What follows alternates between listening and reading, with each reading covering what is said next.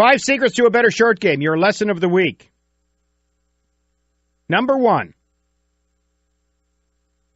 a consistent setup is critical. You have to be the same every time you stand over a golf ball to get the same result. So creativity allows for variation, but you need a base. You need to always stand the same to chip it, to bump it. That's the only way you'll predict flight to roll ratios and spins is if you always address the ball the same way. So you have to be very consistent over the golf ball. I mean, I would even go a little further and say you got to be consistent in general with your rhythm and everything, right? The more consistent you can be, the better. And then once you're consistent and you can predict what's happening with all the shots, that's when you can go to the next level and start to get a little creative. But consistency in the setup, one of my most important critical secrets to a good short game. All right? Number 2, more clubs is better than less clubs. Whenever someone says to me, I use my 7-iron to chip with, I know they're not a very good player. All right? Different lofts on clubs give you different flight to roll ratios and different spin rates again.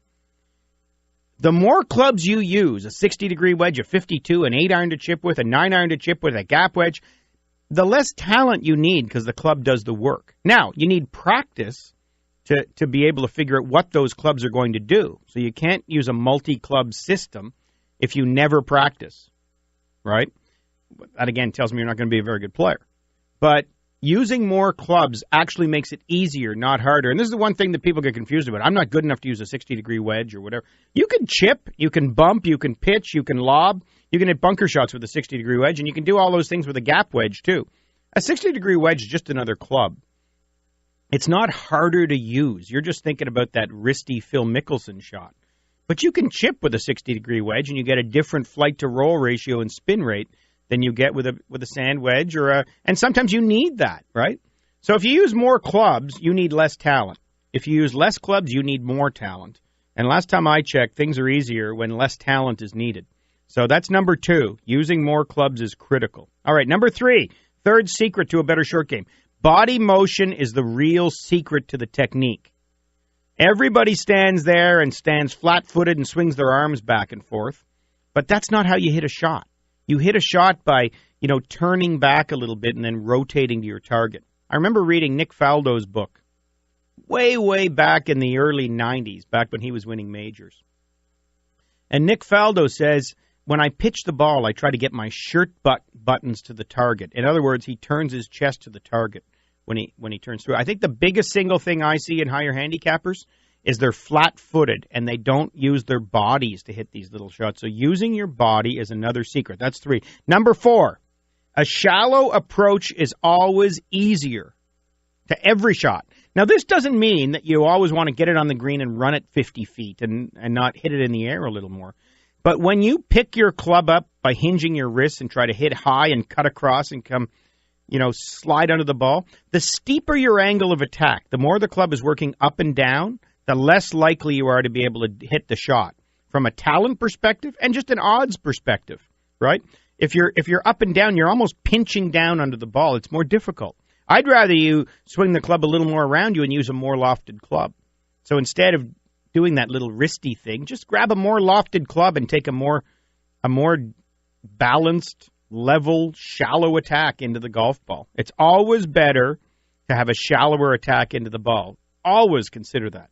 And again, let's make the talent less relevant, and let the clubs do the work a little bit. And then number 5, you have to spend more time thinking about what you're going to leave yourself with. And this is even true of that 8-iron. Where do I want to leave it around the green to have the easiest short game shot? But when you're hitting your short game shots, what's the best that could happen? What's the worst that could happen? And what is the likelihood I'm going to leave myself with, right? The most obvious occurrence. Yes, you're trying to sink every chip, but if you miss, what are you going to leave yourself with? How easy is that shot? And you've got to think about that more. Higher handicappers, again, don't do this. They don't consider the next shot enough, and they just don't think about what they're going to leave themselves with. And I'll give all of you a general rule on the way out of the lesson of the week here. If you don't have an 80% chance of pulling a shot off, don't try it. Unless you need to pull it off to win a tournament or something, if you can't 4 out of 5 times hit the shot, don't hit it. Don't hit it. I think that's really good advice. So play the odds, leave yourself with easier shots, use your body properly to hit the shot, More clubs is better than less clubs because it requires less talent. Your consistency of setup and rhythm is critical. Work on that a lot. And a shallow approach is always easier than a steeper, wristy approach. Those 5 little secrets will bring you a long way. Book a short game lesson, everybody, with your local pro.